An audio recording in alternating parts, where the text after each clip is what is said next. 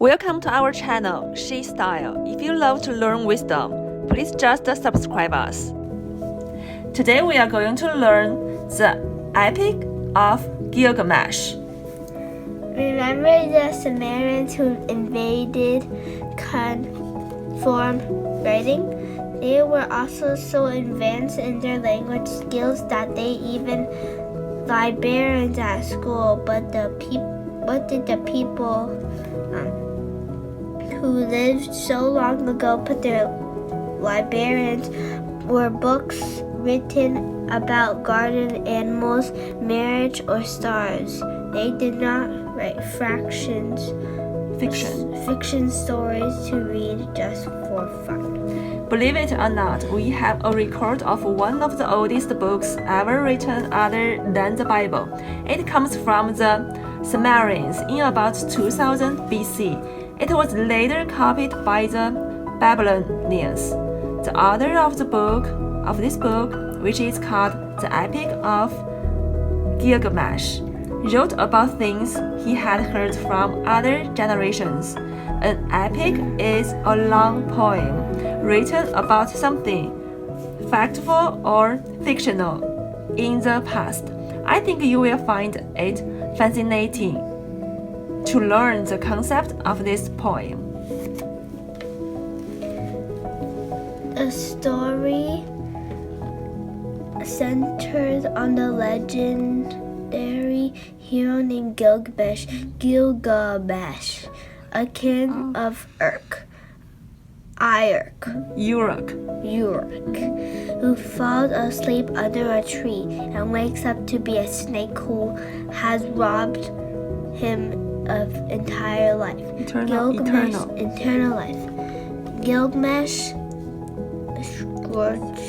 searches for eternal life for the sake of dead friend. Enkidu. But doesn't find it.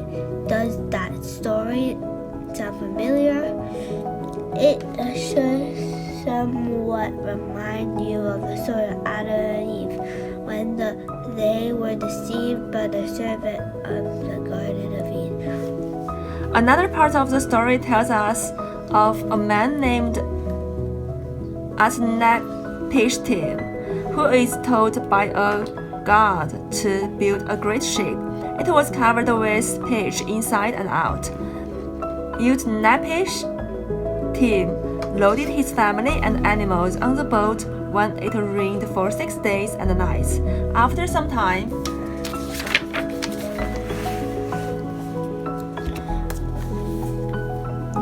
SHÉSTYLÉ sent out a dove, a swallow, and a raven. The last bird didn't come back because it found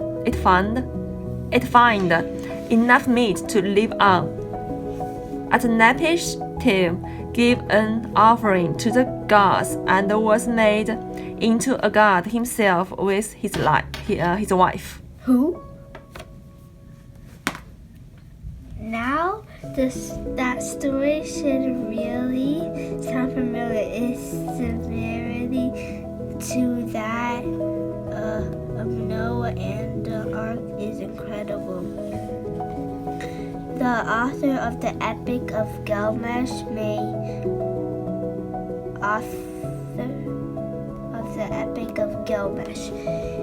may have heard these stories after they had been passed down for hundreds of years by the word of mouth that could explain the difference between the poem and the Genesis account of creation in Greek. Just to clarify, Christians believe that God, our Creator, inspired Moses to compile the book of Genesis because God was the true author. I believe his version of the story of the flood to be the accurate one. The Epic of Gilgamesh, on the other hand, was originally written by a man or woman. From what I know of mankind, people make mistakes sometimes, so I will stick with believing the creation and the great flood stories from the Bible. What do you think?